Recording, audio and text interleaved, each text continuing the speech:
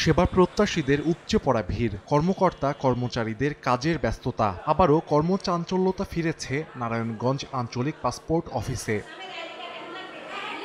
২০২৪ সালের জুলাইয়ে ছাত্র জনতার অভ্যুত্থানকালে নারায়ণগঞ্জ আঞ্চলিক পাসপোর্ট অফিসে হামলা চালিয়ে আগুন ধরিয়ে দেয় দুর্বৃত্তরা। পুড়ে যায় সার্ভার, গুরুত্বপূর্ণ ফাইল ও যাবতীয় নথিপত্র সহ তৈরি থাকা গ্রাহকদের ৮,০০০ পাসপোর্ট। এরপর থেকে টানা ৯ মাস বন্ধ থাকে সব কার্যক্রম।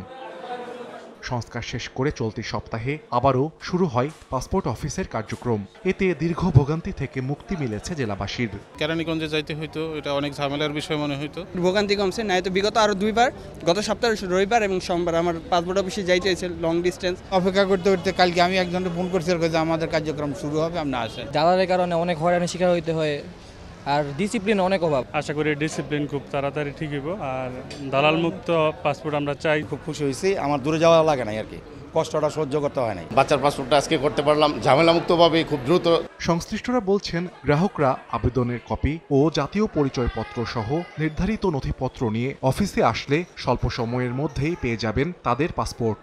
ডকুমেন্টগুলো নিয়ে আসতে হবে, নিয়ে আসলে আমরা সেই অনুযায়ী আপনাকে পাসপোর্ট দিতে পারবো। আর দালাল মুক্ত পরিবেশে শতভাগ গ্রাহক সেবা নিশ্চিতের আশ্বাস কর্তৃপক্ষের। জনগণ যাতে শতভাগ সেবা পায় সে প্রেক্ষাপট নিয়ে আমাদের কর্মকর্তা কর্মচারীরা কাজ করে যাব। আনডেলিভার্ড পাসপোর্ট পুরানো হয়েছে, সেই পাসপোর্ট অলরেডি আমরা আগারগাঁ পাসপোর্ট অফিস থেকে ইতিমধ্যে প্রায় 7,000-এর মতো আমরা ডেলিভারি সম্পন্ন করেছি। অল্প কিছু সংখ্যক পাসপোর্ট ডেলিভারির জন্য আমাদের আগারগাঁ হেড অফিস অপেক্ষা আছে। যারা পাসপোর্টের জন্য আসবেন তারা যেন নির্দিষ্ট সময়ের মধ্যে তারা পাসপোর্ট পেয়ে যান এবং তাদের জন্য কোনো রকম কোনো প্রতিবন্ধকতার সম্মুখীন না হতে হয়। কোনো অভিযোগ আসে যে দালালরা এখানে কোনো ইনফ্লুয়েন্স করছে, আমরা সাথে সাথে আমাদের মোবাইল টিম পাঠাবো। চলতি বছরের জানুয়ারি থেকে এপ্রিল পর্যন্ত ৮২ লাখ টাকা ব্যয়ে পাসপোর্ট অফিস ভবনটির অবকাঠামোগত সংস্কার কাজ করেছে গণপূর্ত বিভাগ।